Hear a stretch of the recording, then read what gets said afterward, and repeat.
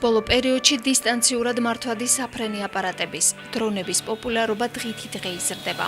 თუ ადრე დრონებს მხოლოდ სამხედრო სადაზვერო დანიშნულება ჰქონდათ, დღეს მათ საყოფაცხოვრებო მიზნებისთვისაც ინტენსიურად იყენებენ.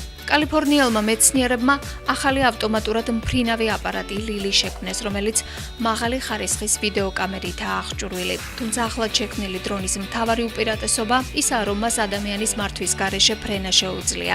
ლილის სპეციალური ელექტრონული სამაჯური მოყვება. სამაჯურის ჩართვის დროს დრონი აქტივირდება და ის გარკვეულ მანძილზე პატრონს აედევნება. დრონს გადაღების სხვადასხვა რეჟიმი აქვს. მას წინიდან, გვერდიდან ან წრიულად მოძრაობის რეჟიმში გადაღება შეუძლია. რეჟიმების რეგულირება სამაჯურიდან ხდება. სამაჯურში მოთავსებული მიკროფონი კი ვიდეოს ხმის თანხლებით იწერს. ამ ტიპის დრონით ულამაზესი აეროდინამიკური ვიდეოკადრების გადაღებაა შესაძლებელი. იგი $500-მდე ღირს და მისი შეძენა მალე ინტერნეტ მაღაზიებში იქნება ხელმისაწვდომი.